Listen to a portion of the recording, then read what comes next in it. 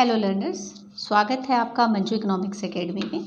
और आज की वीडियो में हम डिस्पर्जन के टॉपिक को आगे बढ़ाएंगे। लास्ट वीडियो के अंदर हमने डिस्पर्जन की जो बेसिक थ्योरी थी उसके बारे में डिस्कशन किया था। डिस्पर्जन क्या होता है, क्यों होता है, इम्पॉर्टेंस क्या है, नीड क्या है और मेथड्स कितने टाइप के होते हैं। तो इन सब चीज़ों के बारे में हमने डिस्कस किया था। अगर आप इसके बेस को जानना चाहते हैं तो उसका लिंक आपको डिस्क्रिप्शन बॉक्स के अंदर मिल जाएगा। तो आज की वीडियो में हम अलग अलग मेथड्स को डिस्कस करेंगे कि डिस्पर्जन को कैसे हम न्यूमेरिकली कैसे हम उसको निकालते हैं, कैलकुलेट करते हैं, उसके बारे में आज की ये वीडियो है। तो वीडियो को स्टार्ट करते हैं। स्टार्ट करने से पहले आपसे एक रिक्वेस्ट, अगर आपने इस चैनल को सब्सक्राइब नहीं किया तो प्लीज़ इसे सब्सक्राइब करें, लाइक करें और अपने फ्रेंड्स के साथ शेयर करें। तो चलिए आते हैं अपने टॉपिक पर। तो आज हम बात करेंगे डिस्पर्जन के मेथड्स के बारे में। लास्ट वीडियो के अंदर हमने बात की थी कि डिस्पर्जन के जो एब्सोल्यूट मेजर्स होते हैं और रिलेटिव मेजर्स होते हैं। तो उनमें जो सबसे पहला मेजर था वो था हमारा रेंज। ठीक है, रेंज को हम कैसे डिफाइन करते हैं? Range is difference between the largest observation and the smallest observation of the series. यानी किसी भी सीरीज़ के अंदर जो सबसे बड़ी वैल्यू होगी और जो सबसे छोटी वैल्यू होगी उसके डिफरेंस को ही हम क्या कहेंगे? रेंज। तो आप समझ सकते हैं रेंज क्या है, यानी कि कोई भी सीरीज़ कितनी रेंज के बीच में चल रही है, वेरी करती है कि लोवेस्ट कितनी वैल्यू हो सकती है, हाईएस्ट कितनी हो सकती है। तो वही रेंज होती है कि उसका जो विस्तार है, जो दायरा है, वो मैक्सिमम कहाँ तक है, मिनिमम कहाँ तक है। तो उसके बीच का जो एरिया है वो उसका क्या होता है? रेंज होता है। तो इसीलिए रेंज को हम कैसे निकालते हैं? लार्जेस्ट वैल्यू L और स्मॉलेस्ट वैल्यू S, इनके डिफरेंस के फॉर्म में हम क्या निकालते हैं? रेंज को निकालते हैं। तो रेंज का फॉर्मूला हमारा क्या हो गया? R। अगर हम रेंज को R से डिनोट करते हैं और तो ये हो जाएगा L माइनस S, यानी कि largest observation minus smallest observation. फिर नेक्स्ट है कि कॉफिशिएंट ऑफ रेंज क्या होता है? ये तो एब्सोल्यूट मेजर है, ठीक है। साथ के साथ हम रिलेटिव मेजर्स को भी डिस्कस करेंगे कि कॉफिशिएंट ऑफ रेंज क्या है। Coefficient of range simple, largest minus smallest observation divide by largest plus smallest observation. ठीक है, it is very simple.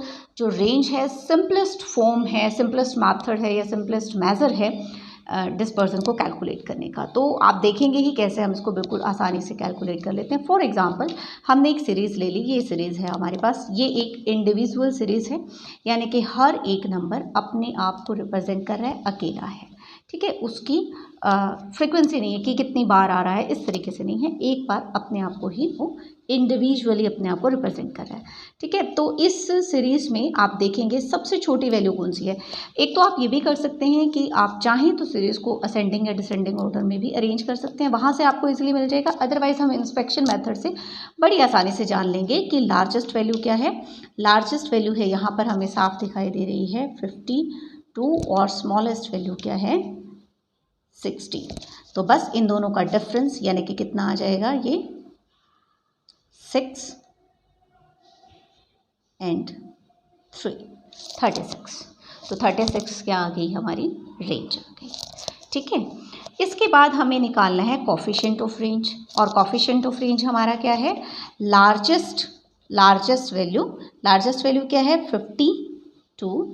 Smallest value क्या है? 16 डिवाइड बाय 52 प्लस 16। ठीक है, ये आ जाएगा 36 डिवाइड बाय 8 6 68। यहाँ आप डिवाइड करेंगे तो पॉइंट्स के अंदर आपके पास क्या आ जाएगा? आंसर आ जाएगा। ठीक है, आप कैलकुलेटर से इसको इजीली डिवाइड कर सकते हैं। It's very simple. कोई इसके अंदर इस तरह का हार्ड एंड फास्ट रूल नहीं है, आप सिंपली कैलकुलेटर यूज़ करके इसको सॉल्व कर सकते हैं। ठीक है, तो ये हो गया हमारा कॉफिशिएंट ऑफ रेंज। इसके बाद चलते हैं नेक्स्ट टाइप ऑफ सीरीज़ के अंदर, जहाँ पर हमारे पास क्या है? मार्क्स दे रखे हैं, नंबर ऑफ स्टूडेंट्स हैं, ये मार्क्स हैं, ये फ्रिक्वेंसी है, यानी कि स्टूडेंट फ्रिक्वेंसी 10 नंबर 2 बच्चों के हैं या 2 बार हैं। ठीक है, 20 मार्क्स 5 स्टूडेंट्स के हैं, इस तरीके से। यहाँ पर भी जो रेंज को फाइंड आउट करना है, इट इज़ वेरी सिंपल। हमें सिर्फ क्या करना है, वही लार्जेस्ट माइनस स्मॉलेस्ट वैल्यू। तो अब आप यहाँ पर फ्रीक्वेंसी से हमारा कोई भी लेना देना नहीं है, ठीक है। कोई हमारे रेंज के कंसेप्ट के अंदर हमारे लिए कहीं पर भी ये यूज़फुल नहीं है। हमें तो जो ऑब्जर्वेशन है हमारी वो ये है, ये तो ये बता रही है कि वो कितनी बार है, उसकी फ्रीक्वेंसी कितनी है। तो यहाँ से वही सिंपल सी चीज़ क्या आएगा, 60 माइनस 10 इट इज़ 50। तो रेंज हमारे पास क्या आ गई, 50, ठीक है। कॉफिशिएंट ऑफ रेंज क्या हो जाएगा, कॉफिशिएंट ऑफ रेंज क्या हो जाएगा, L माइनस एस यानी 60 माइनस 10 डिवाइड बाई 60 प्लस 10 यानी कि 50 डिवाइड बाई 70 यानी कि 5 डिवाइड बाई 7, ठीक है। तो 5 डिवाइड बाई 7 क्या आ जाएगा हमारे पास, 0.71, ठीक है। तो ये हमारे पास क्या आ गया, कॉफिशिएंट ऑफ रेंज। नेक्स्ट चलते हैं। अब अगर हमारे पास एक कॉन्टिन्यूअस सीरीज़ हो तो हम कैसे फाइंड आउट करेंगे रेंज को। तो कॉन्टिन्यूअस सीरीज़ आपको पता ही है कैसी होती है, जहाँ पर क्लास इंटरवल है, ठीक है। ये मार्क्स हैं 5 to 10 के बीच में कितने स्टूडेंट्स के मार्क्स हैं, 5 स्टूडेंट्स के मार्क्स हैं, ठीक है। और 10 to 15 के बीच में 6 स्टूडेंट्स के मार्क्स हैं। इस तरीके से ये हमारे पास एक कॉन्टिन्यूअस सीरीज़ है। तो एक कॉन्टिन्यूअस सीरीज़ के अंदर हम क्या करेंगे, हमें रेंज निकालनी है। अब लेकिन यहाँ पर एक थोड़ी सी छोटी सी प्रॉब्लम है, वो क्या है कि यहाँ पर नहीं पता कि स्मॉलेस्ट वैल्यू कौन सी है, बिकॉज कि एक क्लास इंटरवल है ना, 5 to 10। तो 5 to 10 के अंदर हो सकता है कि एक वैल्यू 6 हो, एक 2 हो, एक 7 हो, या 2 बार 7 हो। ज़रूरी नहीं है 5 होगा या नहीं होगा, तो हमें नहीं पता कि कौन सी वैल्यू है, ठीक है। ये भी हो सकता है कि 5 to 10 के बीच में 8 ही 5 बार आ रहा हो। 5 स्टूडेंट्स के मार्क्स 8 हैं, बट वो आ तो इसी उसमें रहे, लेकिन हमें नहीं पता क्या है। जब हम श्योर नहीं हैं तो फिर हमने क्या करना है यहाँ पर कि जो L होगा, यहाँ फॉर्मूला वही है L minus S, but L यहाँ पर क्या है, upper limit of the largest class. जो लार्जेस्ट क्लास है हमारी, लार्जेस्ट क्लास कौन सी है, this one is the largest class. इसकी जो अपर लिमिट है यानी दिस वन, ये हमारा क्या है, L, ठीक है। और जो लोअर जो S है हमारा, वो क्या है, लोअर लिमिट। सबसे नीचे वाली जो क्लास है, सबसे छोटे वाली क्लास जो है, उसकी लोअर लिमिट यानी कि 5। तो कॉफिशिएंट हमारा क्या आ जाएगा, it will be 35 minus 5 is equal to 30, ठीक है, वेरी सिंपल। और फिर कॉफिशिएंट ऑफ रेंज किस तरीके से आ जाएगा, वही 30 minus 5 divide by 30 plus 5, it will B 25 divide by 35 and it will B 5/7, again it will B 0.71, ठीक है। तो इस तरह से हमारे पास क्या आ जाएगा, कॉफिशिएंट ऑफ रेंज, ठीक। ये थी कॉन्टिन्यूअस सीरीज, बट कैसी सीरीज थी ये, कॉन्टिन्यूअस एक्सक्लूसिव सीरीज थी, ठीक है। बट अगर कॉन्टिन्यूअस सीरीज है लेकिन वो इंक्लूसिव हो, इंक्लूसिव किस तरह से होती है, ये हमने इससे पहले की वीडियोस के अंदर जो central measure of central tendency है या सेंट्रल वैल्यू या एवरेजेस वाली हमने की थी, वहाँ पर हमने बात की थी कि इंडिविजुअल जो इंक्लूसिव सीरीज़ क्या होती है और एक्सक्लूसिव सीरीज़ क्या होती है। इसका लिंक अगर आप जानना चाहते हैं तो इसका लिंक आपको डिस्क्रिप्शन बॉक्स के अंदर मिल जाएगा, वहाँ पर जा कर के आप इसको जान सकते हैं, ठीक है। इंक्लूसिव सीरीज़ ये इंक्लूसिव है, क्यों इंक्लूसिव है, शॉर्ट में फटाफट से बता देती हूँ आपको क्यों है।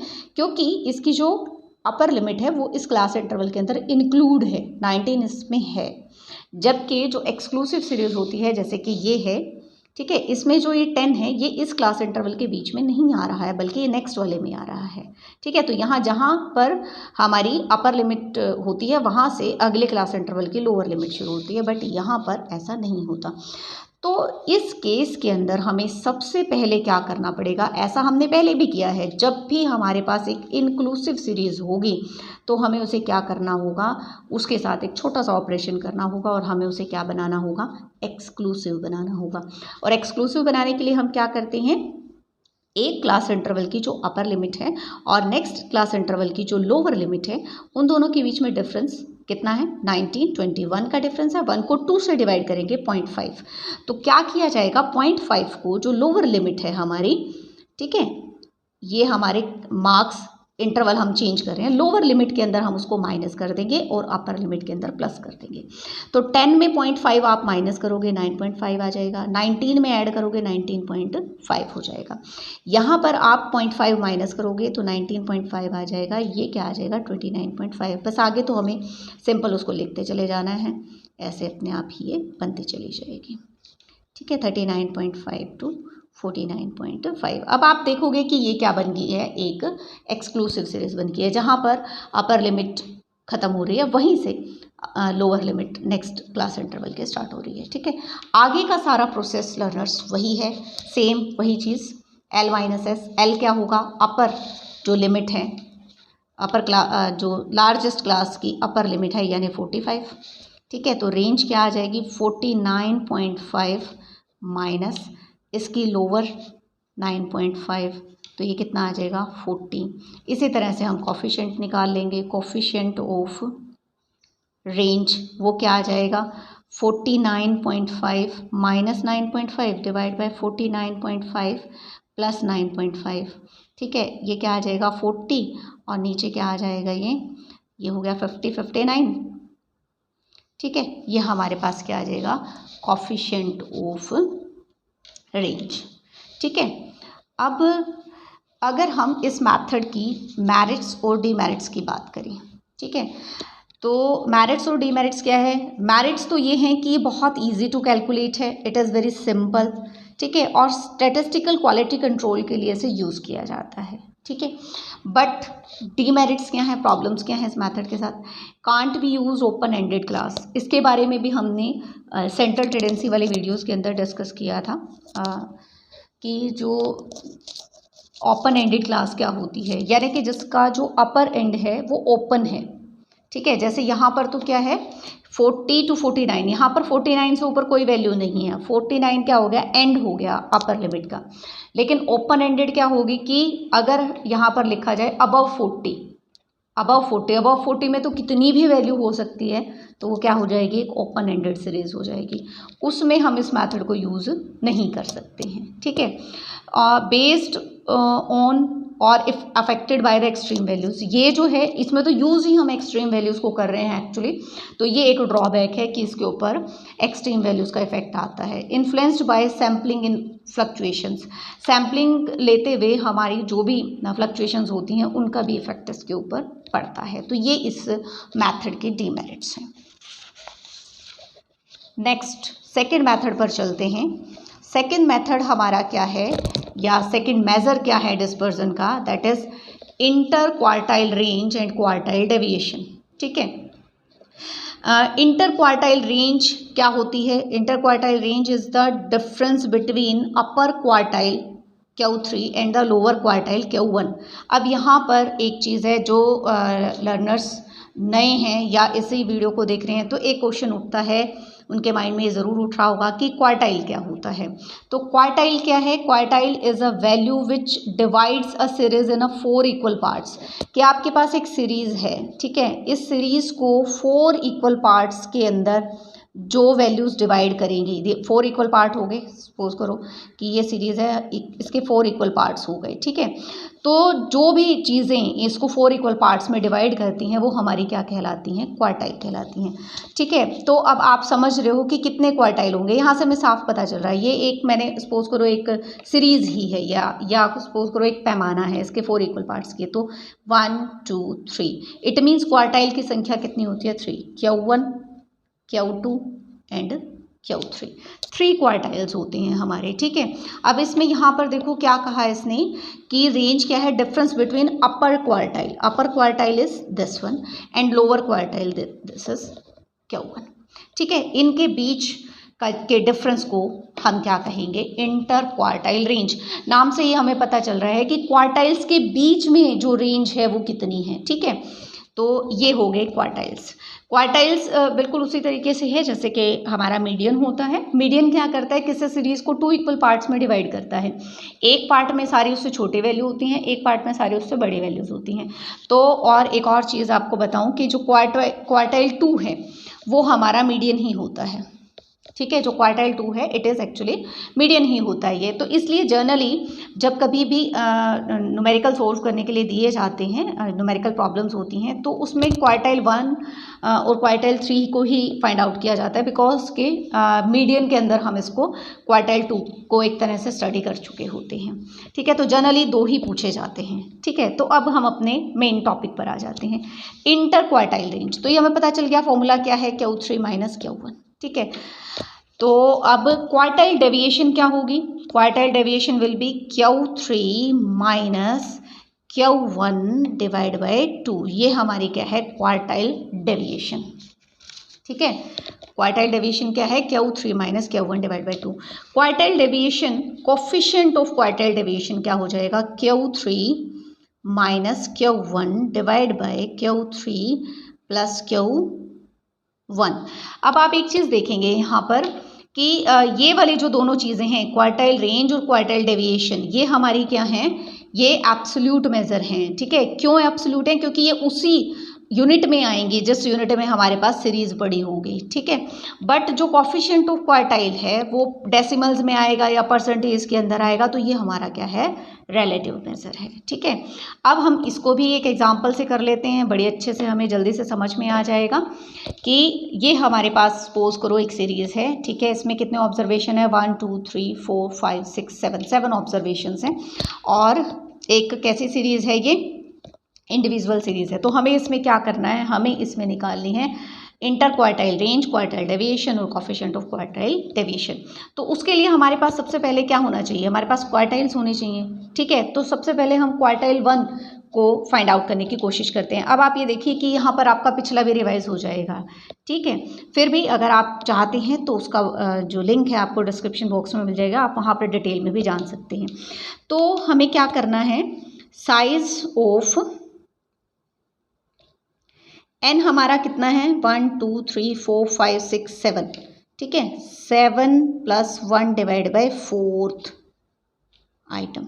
अब लेकिन यहाँ पर एक चीज़ हो गई, हमें क्या करना पड़ेगा, क्योंकि हम क्या कह रहे हैं, देखो हमने कहा कि एक सीरीज को क्या करता है, 4 इक्वल पार्ट्स में डिवाइड करता है। इट मीन्स वो सीरीज क्या है, प्रॉपरली अरेंज होनी चाहिए। प्रॉपरली अरेंज कैसे, कि हम उसको असेंडिंग या डिसेंडिंग ऑर्डर में लगाएंगे, ठीक है। तो हम इसको किस ऑर्डर में लगाएंगे, असेंडिंग ऑर्डर में लगाएंगे, यानी सबसे पहले सबसे छोटी, देन उससे बड़ी 20 22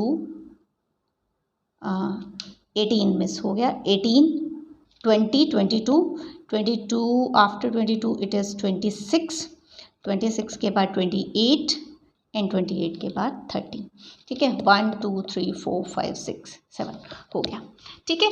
तो अब देखो यहाँ पर क्या आ गया हमारे पास, it will be size of 7 plus 1 by 4। 7 plus 1 by 4 क्या आ जाएगा, size of second term. 7 plus 1 8 by 4 2 second term. Second term कौन सी है सीरीज के अंदर, देखो 18, ठीक है। इट मीन्स हमारी क्वार्टाइल 1 क्या आ गई, 18 आ गई, ठीक है। फिर हम चलते हैं आगे क्वार्टाइल 3 की तरफ। क्वार्टाइल 3 में कुछ ऐसा नहीं है, बड़ा सिंपल सा ही फॉर्मूला है क्वार्टाइल 3 का। सिर्फ क्या करना है कि इसके आगे क्या लग जाएगा, 3 लग जाएगा, ठीक है। तो ये क्या हो जाएगा, size of 3 into 7 plus 1 by 4, ठीक है। 7 प्लस 1 बाय 4 8, 2 से कैंसिल हो जाएगा, क्या आ जाएगा, 4 से कैंसिल हो जाएगा, 2 आ जाएगा, 3 इंटू 2 6, ठीक है। तो ये क्या आ जाएगा, size of 6th item, Chhathi item का साइज। तो अब हम फटाफट से देख लेते हैं सीरीज के अंदर 6th आइटम कौन सी है हमारी, ठीक है। ये रही सीरीज 1 2 3 4 5 6 28। तो बस 28 हमारा क्या आ गया, क्वार्टाइल 3। बस अब तो हमें क्या करना है, इंटर क्वार्टाइल रेंज, यानी कि क्या आ जाएगा हमारा Q3 माइनस Q1। Q3 28 है, Q1 18 था, तो हमारी इंटर क्वार्टाइल रेंज कितनी आ गई, 10। ठीक है, इसके बाद क्वार्टाइल डेविएशन क्या होगा, ठीक है, वो क्या है Q3 minus Q1 divide by 2, यानी कि 10/2 मतलब कि 5 आ गया। ठीक है, समझ में आ रहा है।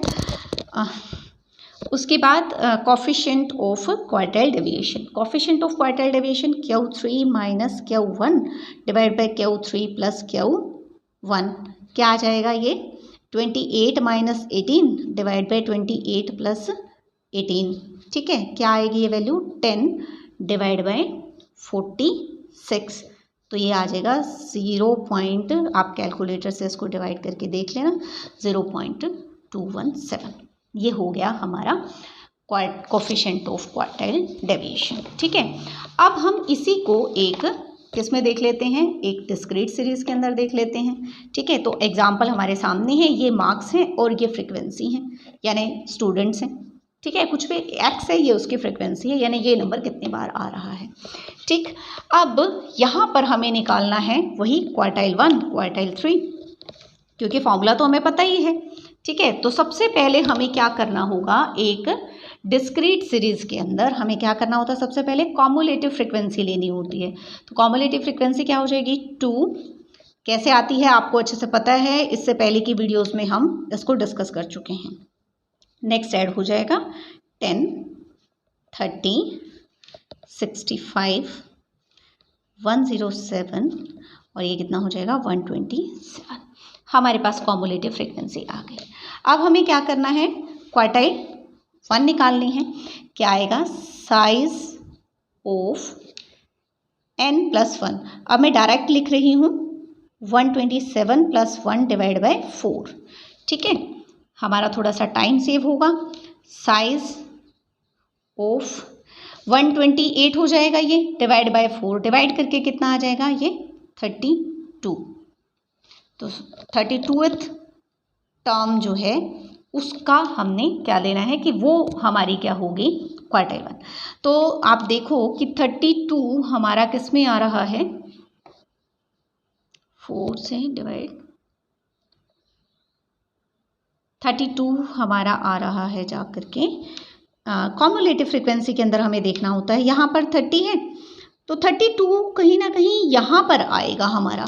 ठीक है, फ्रीक्वेंसी ये आपने इससे पहले की वीडियोस में जहाँ हमने मीडियन किया था, क्वार्टाइल किया था, वहाँ पर भी हमने किया था कि हम इसको कहाँ चेक करते हैं, कॉमुलेटिव फ्रीक्वेंसी के अंदर। तो 32 हमारा कहाँ पड़ा हुआ है, यहाँ तक तो 30 है, यानी यहाँ पड़ा हुआ है, तो इसके सामने की जो वैल्यू है यानी कि ये हमारी क्या है, क्वार्टाइल 1। क्वार्टाइल 1 कितनी आ गई, 20। ठीक है, फिर चलते हैं हम क्वार्टाइल 3 के अंदर। क्वार्टाइल 3 क्या है, साइज ऑफ 3 इंटू, ठीक है, 127n प्लस 1 डिवाइड बाय 4। क्या आ जाएगा ये, साइज ऑफ 32, यह आ जाएगा साइज ऑफ 32 को 3 से मल्टीप्लाई करेंगे, साइज ऑफ 96th आइटम या टर्म। ठीक है, अब आप देखो कि 96 हमारा कहाँ पड़ा है। आप देखो कि यहाँ तक 65 है, यहाँ 107 है। इसका मतलब हमारा जो क्वार्टाइल 3 है वो कहाँ पड़ा है, यहाँ पड़ा है इसके बीच में। तो इसके सामने की जो ऑब्जर्वेशन है, ठीक है, दिस वन 25, ये हमारी क्या आ जाएगी, क्वार्टाइल 3। ठीक है, साइज देखना ना हमें, इसके सामने जो टर्म है उसका साइज क्या है, 25। तो ये हमारे पास क्या आ गई, क्वार्टाइल 3। तो बस आगे तो बड़ा सिंपल है, क्वार्टाइल रेंज क्या आ जाएगी, Q3 माइनस Q1 यानी 25 minus 20 it is equal to 5। Quartile deviation Q3 minus Q1 divide by 2। ठीक है, 25 minus 20 divide by 2 it is 5/2 equal to 2.5। ठीक है, और कोफिशिएंट ऑफ क्वार्टाइल डिवीजन क्या होगा हमारा, कोफिशिएंट ऑफ क्वार्टाइल डिवीजन क्या आ जाएगा, it will B Q3 minus Q1 divide by Q3 plus Q1, यानी कि 25 माइनस 20 डिवाइड बाई 25 प्लस 20 कितना आ जाएगा 5 डिवाइड बाई 45। तो इसको हम करेंगे 1/9 और डिवाइड करके ये कितना आ जाएगा 0.11। तो ये हो गया कोफिशिएंट ऑफ क्वार्टाइल डेविएशन। ठीक है, अब ये था हमारा डिस्क्रीट सीरीज में, ये हमारा डिस्क्रीट सीरीज में था। अब हम एक कॉन्टिन्यूअस सीरीज में देख लेते हैं। ठीक है, तो ये हमारे पास एक कॉन्टिन्यूअस सीरीज है, ठीक, जिसमें ये मार्क्स दे रखे हैं, फ्रीक्वेंसी है। तो सबसे पहला काम तो हम झट से ये कर लेते हैं कि इसकी क्या निकाल लेते हैं, कॉम्युलेटिव फ्रीक्वेंसी निकाल देते हैं, क्योंकि ये तो हमें करना ही करना है।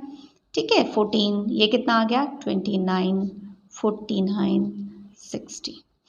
एक काम हमारा कंप्लीट हो गया कि हमने क्या कर लिया, कॉम्युलेटिव फ्रीक्वेंसी निकाल ली। ठीक है, इसके बाद हमें क्या करना है, यहाँ पर जो हमारी क्वार्टाइल 1 है उसके लिए हमें सबसे पहले तो ये देखना पड़ेगा कि साइज कहाँ पर मिलेगा। ये हमें n+1 n/4। अब एक चीज़ है, फॉर्मूले में क्या डिफरेंस आ गया, ये क्वार्टाइल 1 का फॉर्मूला नहीं है, बल्कि वो साइज, वो इंटरवल फाइंड आउट करना है जिसमें हमारा क्वार्टाइल 1 लाई करेगा, क्योंकि यहाँ पर तो इंटरवल है ना कॉन्टिन्यूअस सीरीज के अंदर। तो हमें यहाँ पर क्या है, n+1/4 नहीं है, n/4 है। तो 60/4 आइटम, ये क्या हो जाएगी 60/4 कितना हो जाएगा, ये 15 है ना। तो ये हो जाएगा साइज ऑफ 15th आइटम।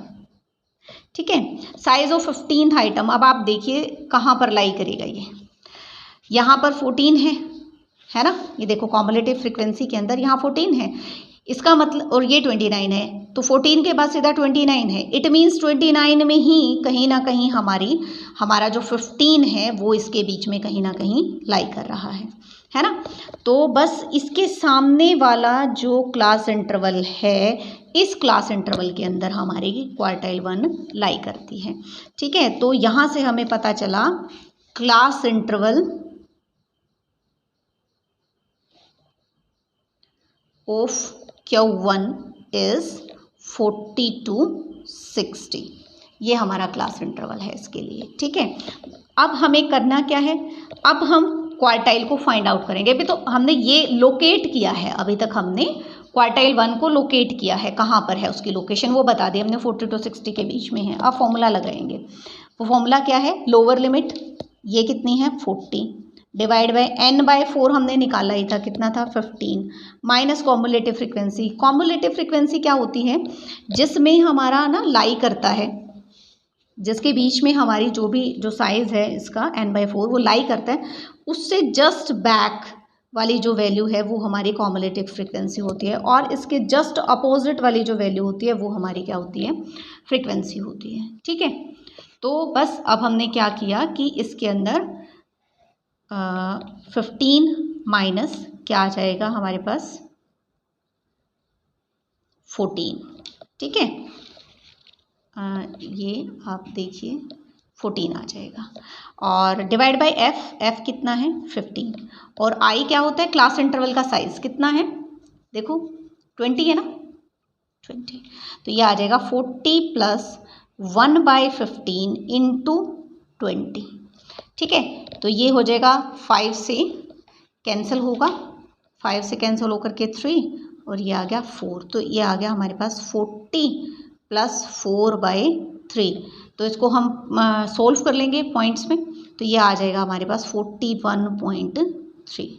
ठीक है, ये 1.33 वैल्यू आएगी, 40 में ऐड हो जाएगा तो ये आ जाएगा। ठीक है, अब हमें क्या करना है क्वार्टाइल 3 के लिए, ये हमारे पास आ गया है क्वार्टाइल 1। ठीक, फिर हमें करना है क्वार्टाइल 3 फाइंड आउट करना है। क्वार्टाइल 3 के अंदर क्या हो जाएगा, साइज ऑफ 3n+1। तो ये क्या आ जाएगा, साइज ऑफ 3 इंटू में क्या आएगा 60 डिवाइड बाय 4। ठीक है, ये डिवाइड करके 15 आया था, 15 इंटू 3 45, यानी कि साइज ऑफ 45th आइटम। ठीक है, 45 कहाँ आ रहा है, ये देखिए, यहाँ तक 29 है, 45 जो सम है वो कहाँ लाई कर रहा है, इसके बीच में। तो इसके सामने वाली जो क्लास इंटरवल है हमारी वो क्या आ गई हमारी, जिसके बीच में हमारा जो Q3 है, Q3 lies in 40 to 60 60 to 80, 60 to 80 के बीच में लाई करता है। ओके, बस अब हमें और कुछ नहीं करना। CF का हमें पता ही है, इससे जस्ट पीछे वाली जो वैल्यू है अब Q3 के लिए वो क्या हो जाएगी CF, इसके जस्ट सामने वाली क्या है वो क्या हो जाएगी F। ठीक है, तो बस हमने क्या किया, लोअर लिमिट कितनी है 60 प्लस 3 into 4 ये हमारा कितना आया था 45 आया था, हमने अभी अभी सोल्व किया था ये, है ना। माइनस CF कितना है 45 से पहले ये 29, ये हमारा CF है। F क्या है, इसके जस्ट अपोजिट 20, ये हमारा F है। मल्टीप्लाई बाय I कितना है 20, क्योंकि क्लास इंटरवल 20 है। ठीक है, 60 प्लस ये कितना आ जाएगा हमारे पास, इट विल बी 16। ठीक है, तो 16 डिवाइड बाय 20 इंटू 20 से 20 कैंसिल हो जाएगा। तो हमारे पास क्या आ जाएगा 60 प्लस 16 क्या आएगा 76। ठीक, बस अब हमारे पास Q1 Q2 Q3 सब आ चुके हैं। हम क्या निकाल लेंगे, रेंज। ठीक है, रेंज क्या आ जाएगी Q3 माइनस Q1 क्या आ जाएगी 76 माइनस वो कितना था 41.33, तो ये क्या आ जाएगी हमारे पास, रेंज कितनी आ जाएगी 34.67। ठीक है, फिर हम ये quartile range, inter quartile range, ये क्या है हमारे पास इंटर क्वार्टाइल रेंज। ठीक है, फिर इंटर क्वार्टाइल डेविएशन आ जाएगी। इंटर क्वार्टाइल डेविएशन क्या होगा, इसके डिवाइड में 2 हो जाएगा। फिर coefficient of inter quartile range वो क्या हो जाएगा Q3 minus Q1 divide by Q3 plus Q1 क्या आएगा, ये ऊपर वाली वैल्यू तो हमें पता ही है 34.67 आएगी, और नीचे दोनों को प्लस करना है, यानी कि 76 प्लस 41.33, तो ये आ जाएगा 34.63 डिवाइड बाय, इसको हम प्लस कर देंगे तो ये कितना आ जाएगा हमारे पास 7 और 117.33। ठीक है, तो ये हमारे 2 मेथड्स आज के इस वीडियो में कवर हुए हैं। जो बाकी के मेथड्स हैं वो कमिंग वीडियोस में आपको देखने को मिलेंगे, तो आप मंजू शर्मा इकोनॉमिक्स एकेडमी के साथ बने रहिए और लाइक कर दीजिए, सब्सक्राइब कर लीजिए। Thank you so much, bye, take care and God bless you.